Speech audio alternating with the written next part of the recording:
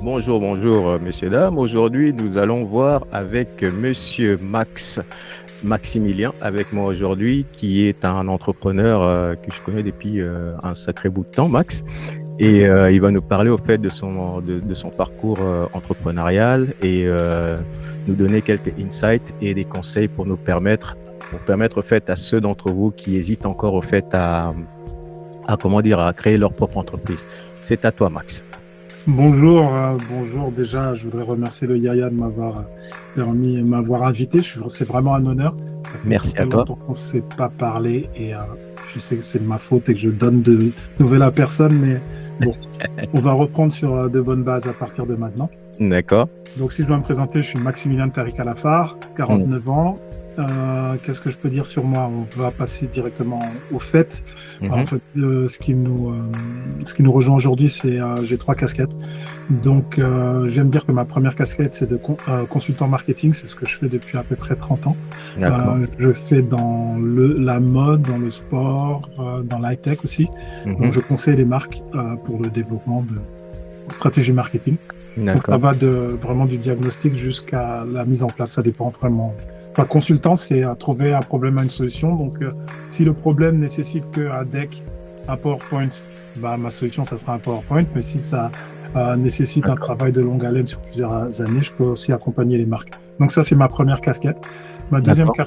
casquette, c'est une casquette de journaliste. Et comme par hasard, c'est toujours dans le même domaine d'expertise. Donc, je parle énormément de mode, d'high-tech et de sport. Et j'essaie de mettre un peu de sociologie, on va dire, de phénomènes de société, mais surtout les relier avec du marketing. Et ça, D'accord. c'est venu du fait que, en tant que consultant en marketing, à un moment, j'étais responsable d'un magazine de mode. Et donc, j'étais en contact avec les décisionnaires de marketing des différentes marques. Et quand je parlais au rédac chef, en fait, il n'avait jamais la bonne version parce que lui, il avait une version édulcorée ou dictée par les bureaux de presse. Et moi, bah, j'étais vraiment en contact des directeurs marketing, des chefs produits, des designers, etc., qui me donnaient la vraie histoire du produit. Et puis, passant aussi sur ma petite expertise et sur mes souvenirs, j'arrivais à faire le parallèle. Et donc, c'était jamais la version officielle que les médias donnaient.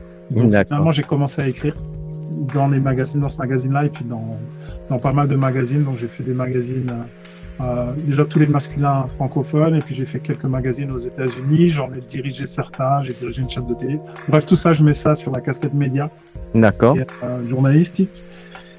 Et ma dernière casquette, c'est celle de chercheur. Alors, comme D'accord. par hasard, c'est toujours en marketing, et c'est toujours en marketing mode, high-tech et sport. Ça, c'est venu, c'est vraiment, en fait, il y a un fil rouge comme ça. À force d'être confronté aux médias, je me suis rendu compte qu'à un moment, les budgets pubs étaient passés des médias traditionnels dans lesquels je travaillais. Donc, je D'accord. parlais du print. Print, c'est presse papier, voilà. Donc, la presse papier, j'ai travaillé dans la presse papier et la télé. Je voyais que les budgets marketing allaient sur le digital. D'abord D'accord. les blogs, et puis 5 ans plus tard, vers les influenceurs. D'accord. Et quand je parlais à mes contacts en marketing, je me disais, mais pourquoi est-ce que vous allez dans le digital? Ils ne savaient pas trop. Comment est-ce que vous avez choisi tel influenceur plutôt qu'un autre? Ils ne savaient pas non plus, parce que le marketing, tu me diras si tu me contredis si tu n'es pas d'accord, mais il y a beaucoup de phénomènes de copycat. Oui, tout à fait, oui. Il y a une marque qui trouve la formule magique, ça marche super bien pour elle, et les autres marques veulent faire la même chose. Les autres compagnies se disent que ben voilà, il faut faire la même chose, mais sans vraiment savoir pourquoi. D'accord. Et donc, c'est ce qui s'est passé dans le digital. Et moi, je me suis dit que j'allais creuser un peu ça et savoir comment est-ce qu'on choisissait un influenceur plutôt qu'un autre et pour quelles raisons. Et ce qui me conduit à ce fameux doctorat. Je suis sur 3 écoles. Donc, l'IFM, qui est une des top schools de mode au monde, business school au monde, c'est créé par Berger, donc Yves Saint Laurent, etc. Elle est à Paris. La Sorbonne, bien connue de nos services. Et puis Columbia University, qui est aussi une Ivy League aux USA, à New York. Voilà. Tout à fait, oui, tout à fait. Ah bah c'est très impressionnant. Monsieur, dame, il faut faire attention. Le monsieur, il est très fort en marketing. Hein. C'est du niveau PhD. Non, je cherche en marketing. Je ne suis pas fort, je cherche. Tu je pose des questions. Le niveau est très haut. Là. Il faut que je fasse attention à ce que je dis. Merci, Max. Juste une question, s'il te plaît. Quel type de conseil, en tout cas, ben, merci déjà pour ce parcours très, très impressionnant. Quel type de conseil, au fait, pourrais-tu donner aux personnes qui hésitent encore aujourd'hui à se lancer? Avec tout le parcours que tu as qui est assez riche, qu'est-ce que tu peux leur donner comme conseil, s'il te plaît? La première chose, c'est d'oser. Euh, le premier frein pour les gens qui veulent entreprendre, c'est l'insécurité financière. D'accord. Parce qu'on parle beaucoup d'insécurité ces derniers temps, on va pas parler de politique. Insécurité financière, c'est-à-dire qu'on est salarié, on a son petit job qui nous plaît, qui nous plaît pas, mais au moins on est sûr d'avoir notre salaire tous les mois. Et quand on rentre dans l'entrepreneuriat, cette sécurité-là, elle n'existe pas, parce que c'est à toi-même d'aller chercher de l'argent. Et si tu prends pas ton bâton et faire le sales manager, le vendeur, le commercial toi-même, en tout cas au départ, dans les premières années, tu vas pas manger. D'accord. Donc beaucoup de gens ont peur de ça, peur de se retrouver sans ressources à un moment ou à un autre. Ça, c'est vraiment le premier conseil, c'est prendre son courage à deux mains et se dire, en fait, il n'y a pas de plan B. D'accord. Il n'y a pas de plan B. Donc quand on y va, il faut y aller à 100%. D'accord. Comme ça nous force aussi à trouver une solution à un moment. C'est sûr. À décrocher le client, à le fidéliser, à trouver d'autres solutions, à développer son réseau, enfin à se débrouiller, quoi. À apprendre sur le tas.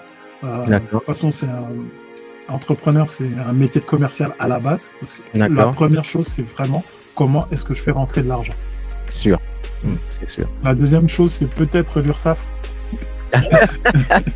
C'est-à-dire qu'une fois qu'on a rentré l'argent, il faut en garder de côté 24% à payer à l'URSSAF. Ouais. Et ça vient pas plus tard, ça vient très vite, mais première chose, c'est vraiment avoir le courage et oser entreprendre. Après, c'est pas donné à tout le monde non plus. Il y a des gens qui sont pas faits pour ça, qui sont pas faits pour être créatifs, pour trouver des solutions, ce genre de choses. Il y a des gens qui sont faits pour exécuter. Ils aiment bien avoir leur petite place au chaud, que leur chef leur donne des ordres et qu'ils n'ont qu'à exécuter. D'accord. Donc voilà. Mais si on aime bien prendre des décisions, aller au contact, ne pas être timide et surtout être courageux. D'accord. Même en restant introspectif, même en étant réservé, tant qu'on a du courage, faut se lancer. Ouais, en tout cas, super. Merci beaucoup, Max. Ah, toi qui es un gros spécialiste au fait du marketing, dis-moi, qu'est-ce que tu fais pour ton propre marketing? Après, je t'embête plus. Justement, je ne fais rien du tout. C'est-à-dire, dis-moi. Je ne fais rien du tout pour mon marketing. À savoir que même les réseaux sociaux, parce qu'on pourrait même dire que je suis un peu expert en marketing digital, mais même mes réseaux sociaux, je les ai ouverts à cause d'opérations que je développais avec des marques. Elles m'ont forcé à ouvrir des réseaux sociaux. Tu me connais, je n'aime pas exposer ma vie, j'aime être dans mon coin, etc. Donc, et j'ai même ma meilleure amie qui se moque tout le temps de moi en disant mais t'aimes pas communiquer, comme par hasard tu travailles dans la com et dans le marketing. Mais voilà, c'est la vie. Donc moi je fais rien, mais effectivement tout passe par le marketing digital aujourd'hui. D'accord. Quand je dis tout passe par le marketing digital, c'est-à-dire que tu peux faire une grosse partie de ton marketing grâce à ça, grâce aux réseaux sociaux que tu vas linker ensemble. D'accord. Donc tu vas linker, tu vas relier ton compte LinkedIn avec ton compte Instagram, avec ton compte Pinterest, etc. Il faut vraiment identifier le réseau social qui prédomine dans ton domaine d'expertise. D'accord. Mais il ne faut pas pour autant négliger les autres. Tout à fait. Ils font quand même de la publicité gratuite. Ça, c'est la première chose. Après, quand je dis une grande partie passe par réseaux sociaux, ça veut dire que les médias traditionnels marchent toujours aussi. Télé, radio, etc., ça marche toujours. Tu n'en auras pas forcément besoin si tu ne travailles pas dans le mass market, mais ça compte. Et surtout, ce qui compte le plus, et ce sur quoi moi je travaille, en fait, mon seul marketing, c'est du bouche à oreille. C'est du réseau. Ah oui. Ça fait 30 ans que je fais ça, donc je connais plus ou moins des gens, et puis mon nom circule. L'idée, c'est, moi, je veux pas devenir une multinationale, donc je veux pas avoir trop de clients non plus. Je veux bien avoir ma vie pépère, et on revient sur mon parcours. Savoir pendant longtemps, C'est la première fois que je le dis. Enfin, ma femme est au courant, bien sûr.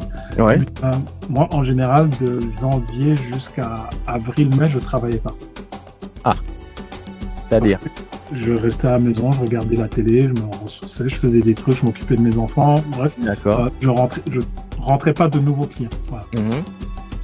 Ça, j'ai fait ça pendant longtemps. D'accord. Maintenant, par la force des choses, maintenant, je travaille tout le temps. Et c'est un peu éreintant, mais c'est aussi une qualité de vie que l'entrepreneuriat a permis de me procurer. Tout à fait. Une des raisons, je te parlais de la raison intellectuelle pour laquelle je fais le doctorat, je te l'ai expliqué. Ouais. Il y a aussi la raison managériale, mais une des raisons commerciales, c'est que je voudrais retrouver cette qualité de vie. C'est-à-dire travailler moins pour gagner plus, comme exactement. Sarkozy. Et ce fameux doctorat, il me permet d'augmenter mes honoraires. D'accord. Donc, d'être encore plus pointilleux sur les chantiers que j'accepte, les projets que j'accepte, de les charger beaucoup plus. D'accord. Et le reste du temps, je peux rester à la maison et m'occuper de mes enfants. Ah bah ça c'est super, ça ouais, quality time, il y a pas mieux. En tout cas, je te remercie énormément Max. Et tout ça pour dire, pour expliquer pourquoi je ne vais pas chercher en marketing, je communique pas sur mes projets, sur ce que je fais, etc. D'accord. Je travaille avec un client, ça marche bien, on continue. Il y a un autre qui connaît, je suis recommandé, voilà, c'est des recommandations, c'est bouche à oreille, c'est du network, bouche à oreille. Mais je ne vais pas trop sur les réseaux pour dire j'ai fait tel truc ou tel truc parce que ça ramène aussi des clients avec lesquels soit on ne partage pas les valeurs, soit ils vont prendre la tête pour des trucs. Donc, voilà. Et bien discuter sur les honoraires aussi. Voilà. Ça ramène du bien, mais ça ramène aussi donc c'est très important au départ. D'accord. Quand on n'a pas de réseau, de travailler sur sa communication, sur son marketing. D'accord.